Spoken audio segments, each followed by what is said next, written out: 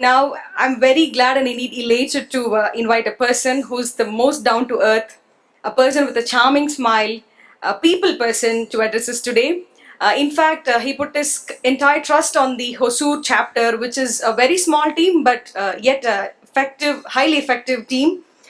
He completely believed that we will do it, and hopefully we have done it, sir. May I request Mr. KRISH Shankar, the chief guest of today and the president NHRDN, to come forward and address us. Great to see all of you here. Thank you for coming.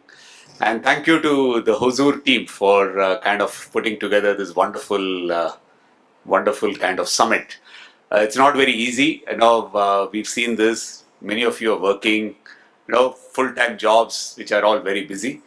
But coming and as a volunteer, coming together and putting together such a summit is not an easy job. Yeah. So thank you, Mr. Murthy, Inba, all the EC team of Hosur. I think it's been a fantastic. Fun. I'm really pleased to see the wonderful speakers, the number of participants, and the phenomenal arrangements that have been done. Yeah. So I hope you enjoy these 2 days. So what I'll do, I think I thought I'd just take a few minutes, as NHRD, we've been talking to various people about what is happening in HR and in the world. And I thought I'll just take a few minutes to talk about some of the context that we've got to keep in mind. But before that, let me just find out from all of you in terms of what is your background? Where are you from? How many of you are from Hosur, who live in Hosur? Okay, that's okay. Good, roughly about 35%. How many from Bangalore? And how many from, say, Chennai? Good. So I think these three are almost sounding equal. Okay, another question I would ask you. How many of you are from, let's say, manufacturing industries? That's a big number. Okay. And how many from, let's say, non-manufacturing, any services industry, not only IT, but all the services? Good, roughly about 30%. Excellent. Okay, so what I'll do is take a few minutes just to talk about it. And, if you want to ask me any questions, maybe we'll have a couple of questions, yes, that you can go ahead and ask me. Let me just start by talking about, four things, or four changes that all of us have to keep in mind. Yeah, whether you're an IR or HR or whatever it is, any IR or human resource professional, we got to think of four changes, and more so in the context of IR that we are all in. I think the first one, I think that we all spoke about is the role of technology. Yeah, you find that technology is impacting a lot of jobs. Yeah, automation, use of robotics. You got to find many things which are software driven. Many industries are being digitally disrupted. Yeah, so that's one big thing. But what are the impact that it is having? What are some of the impacts that this whole change in technology is having? Number one, it is going to give you a huge premium on skills. The gap between an unskilled and a skilled or a different type of skill is going to increase much more. Yeah, so therefore the premium on skills will increase, and therefore getting the right kind of skill, you got to pay more. And for people who don't have much skill, you will not be able to pay as much. So therefore the gaps will completely increase. Inba spoke about an example. I was about a year ago, I went to a factory, a GE factory in Pune. And that factory is making a lot of machining for engines for various aeroplanes, etc. But you don't have a single ITI trained operator there. Everybody is either a diploma holder or an engineer. Yeah, so that's about 300 people working, but all of them are diploma holders or engineers. Even diploma holders, they're giving them an engineering degree in 3 years. And that's how they're trying. So that's a real change that is happening, because as Inba said, firstly, people are choosing skill, and in the future you're going to have the focus on much more quality, and skill and productivity will be much more than a normal kind of a workman. So I think that's going to be one big change that technology will bring in, that we've got to be aware of. I think the second thing is, which is also a little bit of a thing that we should all be aware, is the gap, the income gap between the let's say, the lower rung of the organization and the top rung will also keep increasing. If you see now, what is happening is, over the last 30 years, when you look at the salary growth of, let's say, the lower rung of employees or workers anywhere, that would have grown roughly at say about 8% or so. Yeah, but the growth of a higher the senior levels will be much more. Why is that? Number two, the talent at the top benchmarks more globally, so therefore they are benchmarked to more global salary because they are all mobile.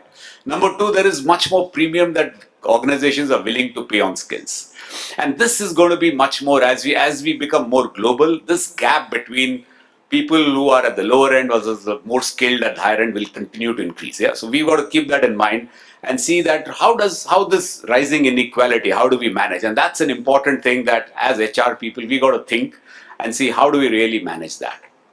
I think the third important change that we see is the change in the attitudes of people. Yeah, you see that a lot of younger people are coming into the workforce. People early 20s, they're all coming into the workforce, and their attitudes are also very different. Yeah, as Inba said, in the past there used to be a glass ceiling. A worker would never aspire to be a CEO. But now I think people are aspiring. They feel that they can, and I think that is an aspiration we should promote. And that we should as an organization we should make it very open, because that's what people want. Because people want to see what is the maximum that they can achieve, and they're aspiring for much more than what was there in the past. The second thing is we're going to have a lot more diversity. Yeah, diversity. I mean, you have a lot of women coming into organizations, in factories and workplace, but also different types of people. And this diversity is going to continue to increase. In the past, it was quite regional, but that is going to increase much more in terms of the generational diversity, the gender diversity, as well as the different what you call neurodiversities that you will be kind of seeing in the workforce. So that's the other thing that's going to be changing. Gig economy, people, I mean, this is again another example. I was talking to Tata Steel, and Tata Steel says that 80% of their workers are also doing another job and earning at least 20% of their income comes from something else. So they're changing their contract to say you can do some part-time jobs. And that's going to be there because everyone will now say, I'm working, but I want to do something else. And as organization, we've got to realize that this gig employment is there to stay, and therefore that's something we've got to keep in mind. So these are some of the changes that in the mindset of people that as IR professionals we got to keep in mind. And lastly, there is this whole thing about what we call the regulation. Yeah, the governments will give regulation to expand the safety net, to increase welfare, to increase health coverage. So governments will continue to do that. At the same time, organizations want more flexibility. If you look at it, we are talking of a 5 trillion economy, but one of the things that is holding us back is our lack of infrastructure and a lack of flexibility, yeah? and the ability to move things fast. And therefore, those are the things that regulations will continue to keep. And as IR professionals, we got to keep in mind.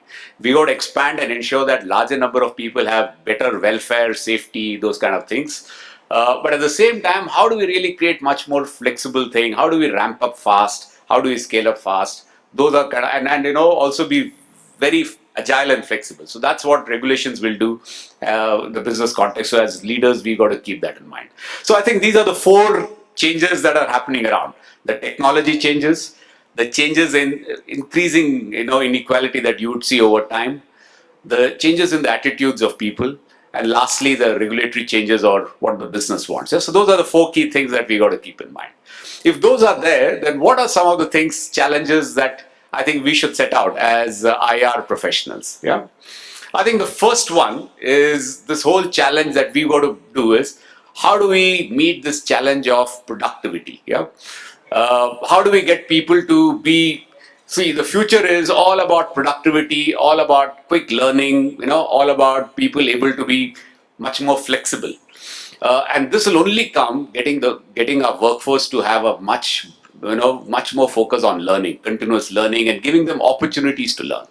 Because if anything that's going to distinguish one company versus the other is the amount of speed with which your people are learning, the amount of flexibility that your workforce is having, the better productivity that you're doing. You got to pay more to get better skills, but with those skills, you got to ensure that they are learning fast, they're ramping up fast. So I think that creating that learning culture, that focus on productivity is going to be number one. Those days, I think when long back, 25 years back, TVS was phenomenal. I mean, TVS and other companies was very good in things like quality circles, Kaizen, and all of that. And now they built the whole Japanese manufacturing, brought in great discipline. How many of you heard of TPM?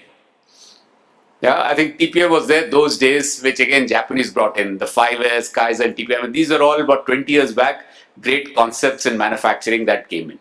But after that, I think there has not been much of innovation that we have seen in manufacturing, in IR or in shop floor management. There have been a lot of talk about Toyota principles, etc., etc. But I think that is an opportunity for us as HR professionals to see what to do, because the future is where we need innovations and how do we skill up people fast, get them opportunities to be flexible, learning much more. So those are the kind of things that we got to keep in mind. So that's the first challenge that I would like to talk about. The second one is how do we give growth to people? And let me give you an example of the US industry, just a little bit of history about the US industry. If you look at the US in the past, in the companies like GEs in the 60s, the 70s, till the 80s, they had this principle that anybody can join in as a worker and can become a CEO. Yeah, if you look at the CEOs of McDonald's or the CEO of any of these Walmarts, there would have been people who started as shop floor people who started as truck drivers. They grew and they became CEOs. Why? Because there were opportunities for them to grow into middle management roles and they became CEOs. But what has happened even in the US in the last 2 decades is the management has shrunk. The quality of people that they need has shrunk. Therefore, even in the US, you don't have people who are joining us as workers and growing, And that has really reduced, and that you see all the problems of US manufacturing coming through because you've not had great people coming and growing within those organizations. I think there's a similar issue with India. We don't have opportunities for people as workmen to join to really become a CEO of a company. That kind of a success story is what we've got to promote. How do we find the right people, give them opportunities and ensure that they really grow with various things, with education and all that. If we create that, that's the way that's the way you'll have greater good talent coming in and also give them opportunities to grow. So I think we've got to keep that. How do we remove the glass ceiling for our workers? How do we ensure there is growth potential for everybody who joins it? So that's going to be the second challenge that as IR professionals, we've got to take in. I think the third is the changing factory or the changing workplace. If you're a service industry, the workplace is changing. A lot of diversity, multi-generations, you got to, people are, millennials, that's what the service industry talk. You talk about the factory, it's similar thing. I think we've got to bring in newer practices, so that you are able to really get the best out of this diverse workforce. You got to focus on wellness, health, growth and development, and ensuring that the diversity at the factories and the workplaces are really kind of harnessed. That's going to be the third challenge. How do we really manage this changing workplace, and how are we ahead of the game in bringing new diversity, making them come together, etc.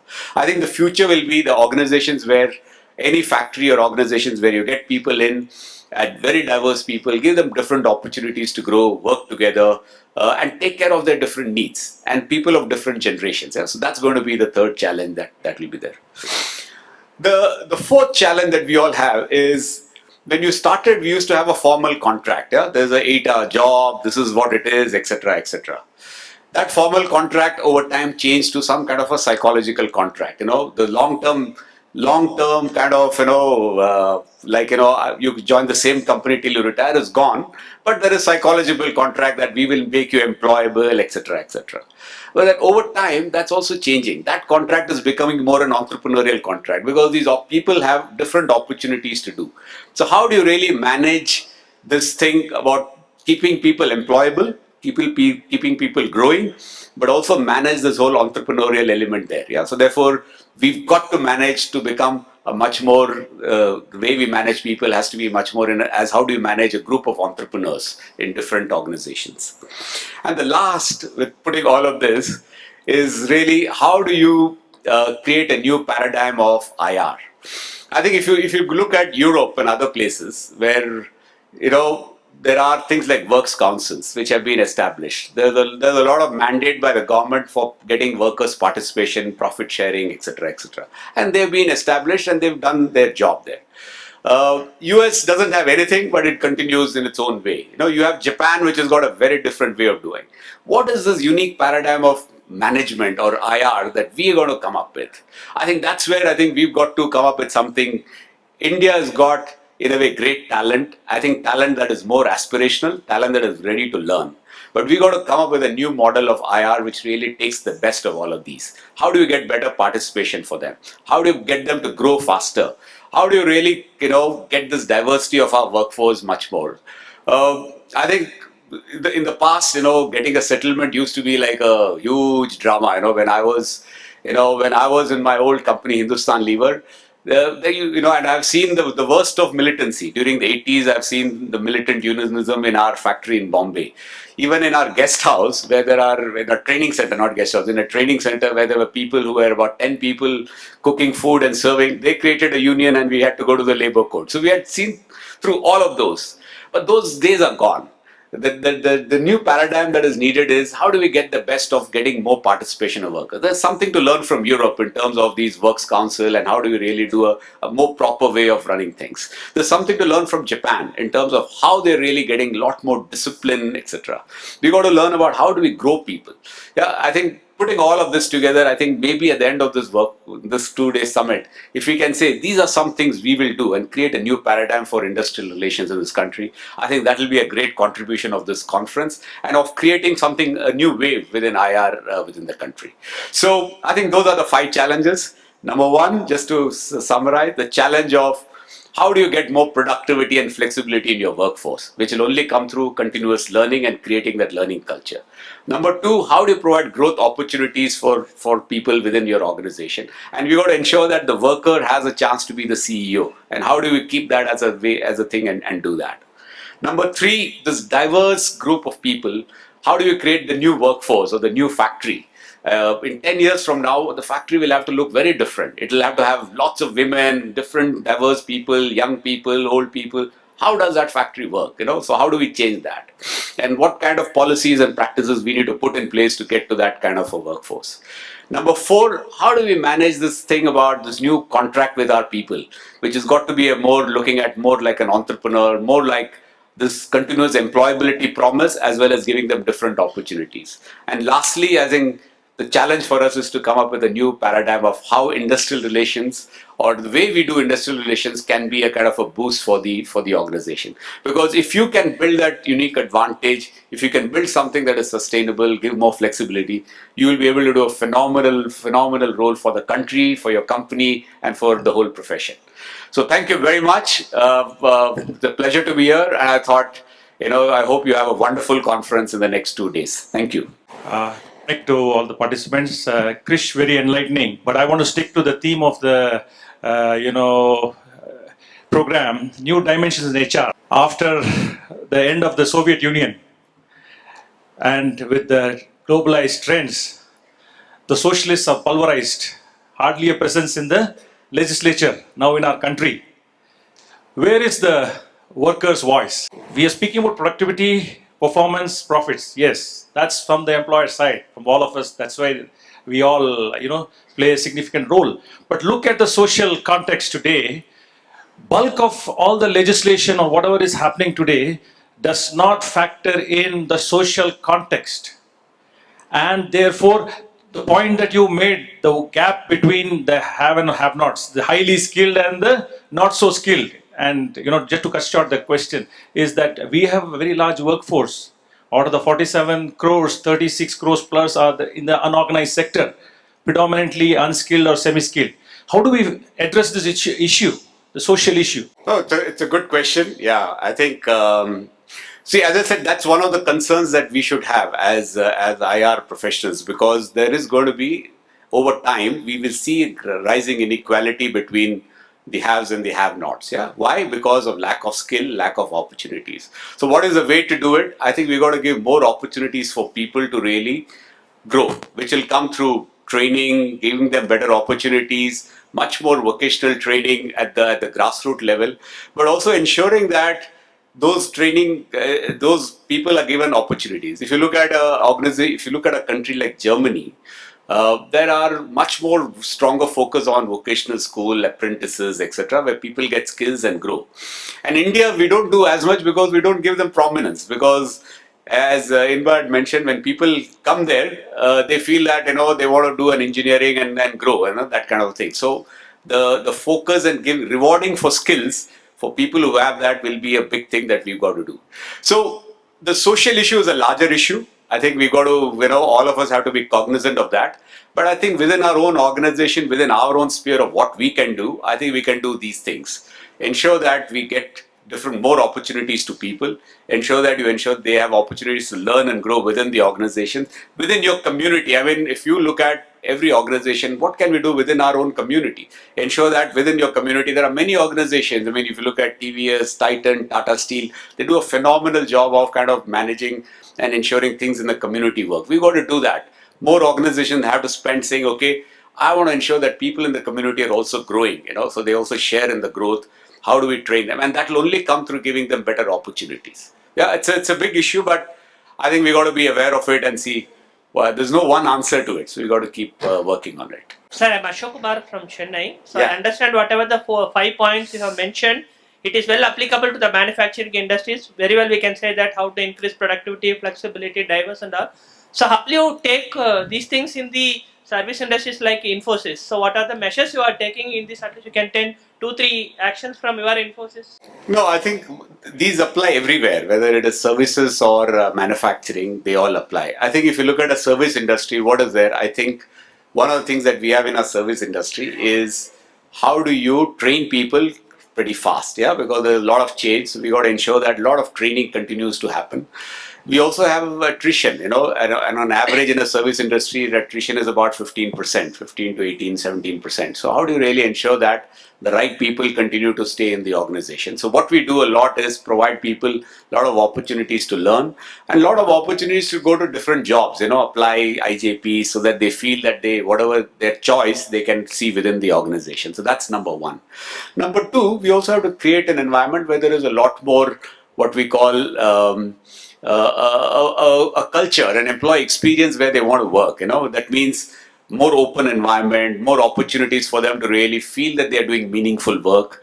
They feel, in all of these, with younger people coming into the workforce, they want to see that they are making an impact. So they don't like to keep doing basic things. So you got to ensure that they see a larger role for themselves. So how do you create that linked to the organization objectives or to their accounts objectives? So we got to ensure that they feel that they're adding and making an impact to the organization or to their clients. So that's the second thing we'll do. The third is the whole employee experience, focus on wellness, diversity, getting them to really, see what best they can do, creating various opportunities to have for people to really, look at their hobbies and professions along with working, so you got to ensure that they can play, they can have something. So all of that opportunities we got to give, given our scale, and many large companies have to ensure that those opportunities for people to pursue something beyond just work is also given there. So I think all those three things will have to be a key role in ensuring that we keep people completely, motivated and continuing. Sir, while you talked about the new model in IR, I would like to know your thoughts on the what are the key differential approaches or the practices with respect to our IR in manufacturing, commercial, and hospitality industry. When we look at these three industry, how should we differentiate our approach and practice? Frankly, the principles have to be the same in all these three. Yeah? And what are those principles? I think the principles of ensuring inclusivity, that you're getting everyone involved. The principles of participation have to be there. The principles of ensuring that they have options to grow will be there. What happens in a commercial or a kind of a services industry, people see that they can get growth because there is a clear path for them. They can learn and they can grow, they see that path. In a manufacturing industries, they don't see that path. That path is kind of quite fuzzy for them. How do you really, therefore, given that they don't see a path for growth, how do you manage? Because their visibility is saying, listen, I can only do so much. And therefore they've got some constraints in their mind. So how do you really do that? So therefore we got to keep those two differences in mind and ensure that whatever processes or policies we have, keep these in mind. It'll again be horses for courses. I don't think there is one single answer. I think if you believe that you got to have greater participation of your employees, you want to feel them, make them more included, you want to ensure that their potential is realized by their continuous learning and growth, then I think we can really have the right models there. In India, we have 93% unorganized sectors, unorganized laborers. Only 7% are organized laborers. Of course, being this the case, they are the maximum GDP contributor, unorganized labor. How we can upgrade the unorganized sector labor into the level of that is a worker to CEO level you are mentioning. Is it feasible? Practically, is it possible? Because they are the major contributor for Indian GDP, especially. Yeah, it is. See, that's important. For the country to grow, we have to manage and give opportunities to the unorganized labor. Whether you and I can do it, I don't know. Maybe we can do it in small parts. We can't do it in large scale. I think that's where we need governments and other NGOs and others to come together. So I think Inba has called a few people from the government. My classmate Mafa Pondirajan is also here, so therefore we can ask them how can they do, because this needs a much more what do you call integrated approach. But as a country, if you want to grow, I think we got to ensure that the unorganized sector is also taken care of. So till 9th standard, students have a lot of aspiration. They want to become pilot and all that. And after 9th standard, they get focused on engineering, something like that. I see why is that? Because it's of compensation. Because particular job pays high, everybody, they like it or not, they go for that job. But today in the industries, earlier you had a large number of people working. Today you have only fewer people requiring for a production. So only few people are engaged into the production activities. Larger people are all left out. So the development socially is imbalanced. So maybe we should concentrate on promoting the other areas also. So that's where society can be more balanced. Yeah. Okay. So that way I industries can do something. think fair point. Well, let's look at it this way. If you look at the growth in India, if you look at, globally also, the growth in jobs in the manufacturing or the goods producing industry is not much. But the growth in services industry is growing. Yeah, that's what you've seen in India over the last year. So what do we have to do? You're right. We've got to ensure there are better opportunities for the goods producing or the manufacturing industries to grow. Yeah, not only manufacturing but the whole infrastructure, logistics, everything to do with that kind of an industry. We want to ensure that, and that needs infrastructure, that needs investment in better, faster ramp up, scaling, more talent, a lot of things that are needed. Hopefully the governments will do that, and we've got to do it. Our role as HR is to ensure that the talent is ready for these kind of things, and we talk to the right stakeholders to ensure that the right environment is there. But I think if there is value in even these jobs, people will be happy to come there. We've got to ensure that these jobs are rewarded. People see these as great. There's better career paths for people. I think slowly we'll have to build that. The pride in manufacturing, the opportunities in manufacturing. How do we build that is something we got to say. Not very easy, but I think that's a challenge that all of us have. It's good to be here. Thank you very much. Thanks to the Hosur team for a phenomenal putting this whole conference together. I think what we can do at the end of it is see what we can come up with, some ideas that as a group that we can go and say, this is what we will do. At least in the next 5 years, we'll try and make a change and start the beginning of a new way of how do we manage industrial relations in the country. Thank you very much. All the best.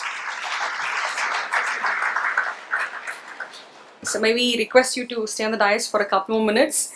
The grandeur of this event is enhanced further because of our gold sponsors. We are so thankful to Titan Company for being our gold sponsors. May I invite the representatives of the team to come forward, and our president, Mr. KRISH SHANKAR, will do the honors. Thank you, sir.